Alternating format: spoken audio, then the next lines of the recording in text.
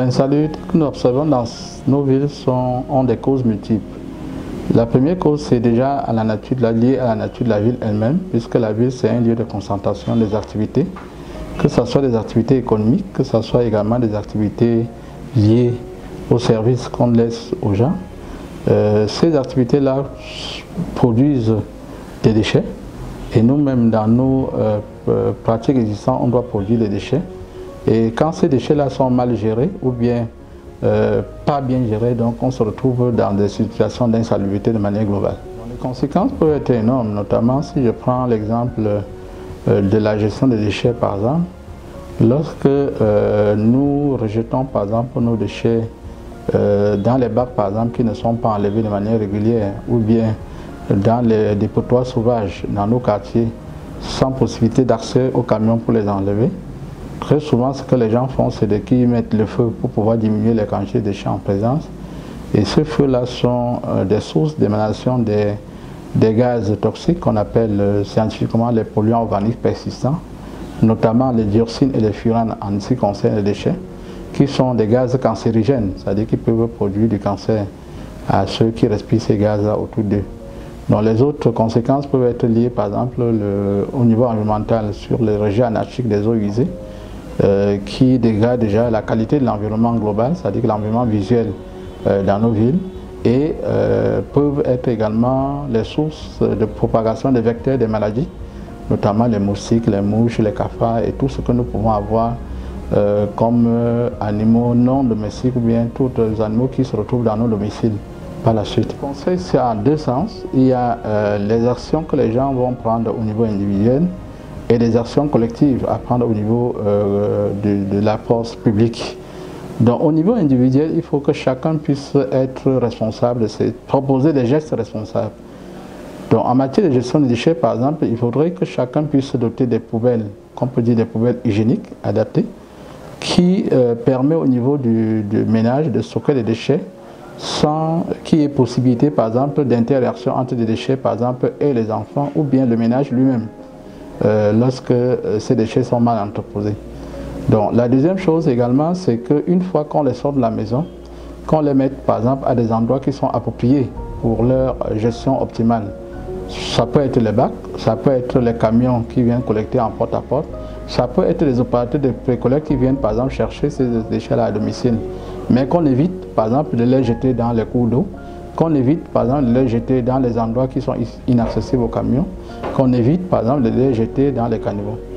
Bon, en matière d'eau usée également, il ne faut pas qu'on sache exactement que la rue n'est pas un exutoire des eaux usées. Chacun doit pouvoir construire sa maison de manière à ce qu'il puisse gérer toutes ces eaux usées sur la parcelle. Notamment, la méthode la plus simple, c'est de pouvoir créer des puisards qui permettent par exemple de pouvoir infiltrer ces eaux usées là directement sur la parcelle. Et quand j'appelle puisard, il ne s'agit pas des gros puits de 10 mètres de profondeur que les gens creusent. Il suffit seulement d'un petit puits de à peu près 1,5 mètre de profondeur en y mettant un peu de racailleuse dedans et on rejette les eaux usées pour que ça s'infiltre au fur et à mesure. Donc voilà un peu des gestes simples que les gens peuvent prendre pour pouvoir rendre l'environnement assez propre. Il faut compléter ça avec les actions publiques effectivement parce que une fois par exemple qu'on sorte des déchets des parcelles, il faut que ces déchets-là soient acheminés vers les lieux de traitement. Or, il n'y a que la commune ou bien l'État qui peut mettre des dispositions pour le faire. Donc, et ce lieu de traitement-là, c'est généralement des déchets aménagés ou bien des sites de valorisation.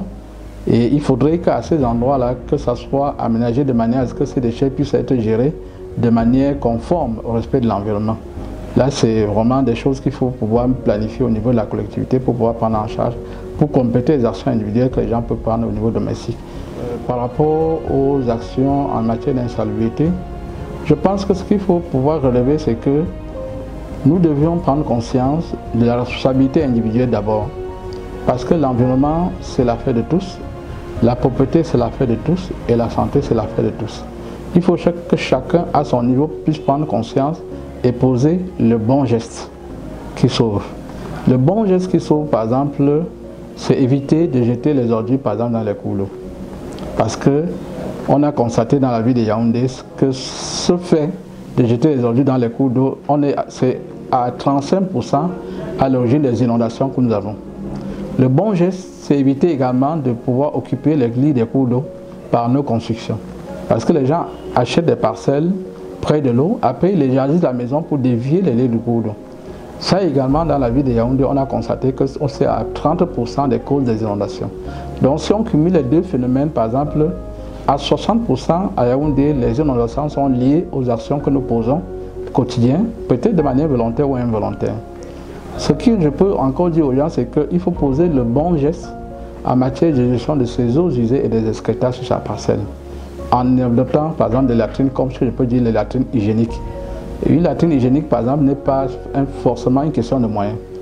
Vous pouvez construire des latrines hygiéniques avec peu de moyens. Bon, maintenant ça dépendra des bourses. Donc il faut vraiment pouvoir faire des choses qui soient correctes parce que de ça également dépend notre santé, dépend la santé de nos enfants et de notre famille. Il faut partager l'information, il faut conscientiser les citoyens afin que chacun ignore sur ces mauvais gestes qu'ils sont en train de faire et j'encourage la PEC d'aller en avant dans cette activité qu'elle conduit déjà.